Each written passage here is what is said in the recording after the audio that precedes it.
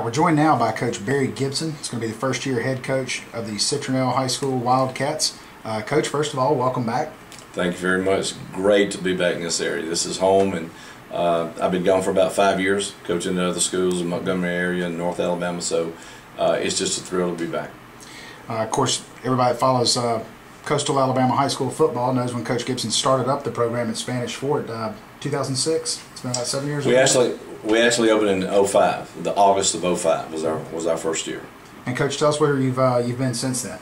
When I left Spanish Fort, I went to Citronelle. A lot of people may not remember that for one season as offense coordinator with Eddie Stevenson. Eddie was the head coach, and Eddie and I became really good friends. And so I ran the offense for that 1 year, and then was offered a head job in the Montgomery area at Hopeful High School, and I was there for 4 years. And Hopeful was a tremendous challenge. They were like 3-36 over the last 4 years, and so we went in and turned that program around, and was a playoff team 3 out of the 4 years I was there. And then I left and went to Winfield High School last year for 1 year, and then Citronelle opened up. And I had planned to stay at Winfield. It was just not a one-shot deal, but Citronelle and really any school back in this area I was interested in, because this is our home, and we still have a home in Fairhope. When I was at Spanish Fort, we kept our home over there. So, I was very blessed and just humbled to get the job at Citronelle. So I'm back with my friends and family members, and like I said, it's great to be back. And Coach, you've got somewhat of a rebuilding job now. I know you've talked to us some about not really having any returning starters in your eyes. Let's start with kind of a clean slate, and no positions guaranteed, everything up for grabs. Right. But talk about some of the folks that you are counting on to make contributions this fall for the Wildcats. Well, I think on offense it starts with our quarterback, Tristan Patrick, and I did tell him that nobody had a starting position. We cleaned the slate, and so there was no starters in my mind coming back from last year. They had to earn it.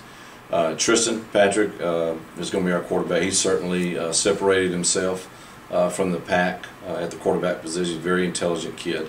It takes some smarts to run the offense that we're going to run, and he just really grabbed hold of it and ran with it and did a great job. He's got talent. He can throw the ball.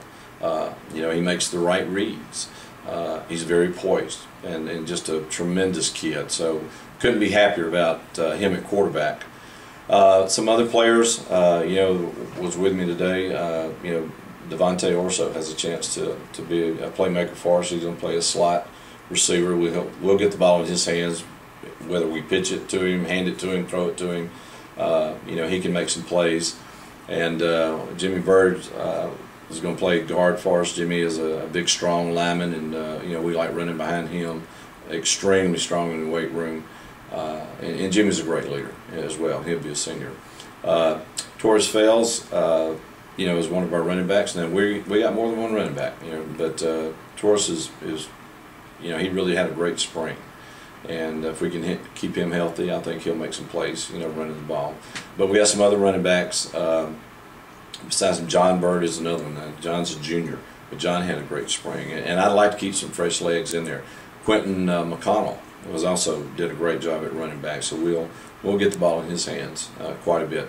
On the outside, Jeffrey Snow is a big 6'4", 6'4.5" receiver that catches the ball extremely well, and so Jeffrey has a chance to make plays catching the football for us on offense. So we'll start with those guys, and we'll see how it goes.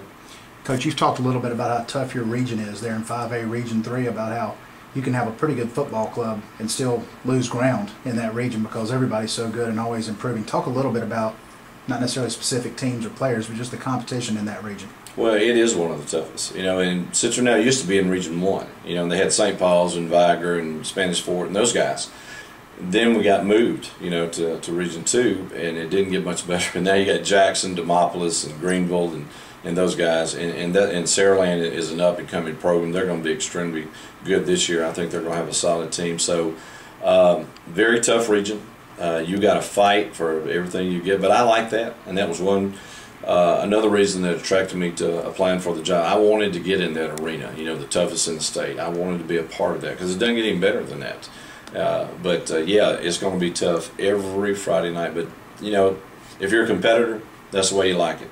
And I've always said, we've got some hurdles to jump. I mean, obviously, when you go in and try to turn around a program, you know they're there. But I told somebody a while ago, you know, God wouldn't have created mountains if He didn't intend for us to climb. So we're going to climb those mountains, you know, step by step, week by week, and get to be one of the real competitive teams in that region. We want to establish that identity as that somebody that, you know, you better bring your A game when you play Citronelle. Now, are we there yet? No. It's our first year, but do we want to get there? Absolutely. And I would love to do it in one of the toughest regions in the state. Well, before you get into that tough region play, you're going to open with McIntosh. What are a couple of things that you're looking for in that opening game that will indicate to you that your Wildcats are on the right path and are trending the way that you want your program to go? I think I've thrown so much at them so fast. I think execution will be crucial. You know, and McIntosh has got speed. We don't have a lot of speed. It'll be interesting to see how we match up, you know, with their speed on the field, plus the execution of the offense and the defense. If our kids can do what we've coached them to do and do it in that first ball game and do it well, I think will be crucial. So it really doesn't matter if it's McIntosh or whoever. I think the first ball game will let us know where we are and how far we've come since spring. And the kids have come a long way. They really have. They are stronger. They are quicker. They're getting a handle on what I want to do offensively and defensively. But as you know, first-year coach, new schemes, it takes time, you know, for all that to happen. So the first game, we're probably going to keep it real basic, just real simple, and let the kids play, you know, and not just throw the whole playbook out there. And I think if they execute well, we'll be fine. But I think it's crucial we win that first game for confidence, you know, because we've got Demopolis the next week, and they're going to be strong. A lot of them are picking them to go deep in the playoffs this year. So they come to Citronelle week 2. So I think we need to get our confidence up by winning the first game against McIntosh and then get ready for Demopolis, that first region game, which I think will be crucial as well. Coach Barry Gibson, we've really appreciated this preview of your 2013 Citronelle Wildcats, and we wish you the best of luck this fall. Thank you so much. Appreciate it.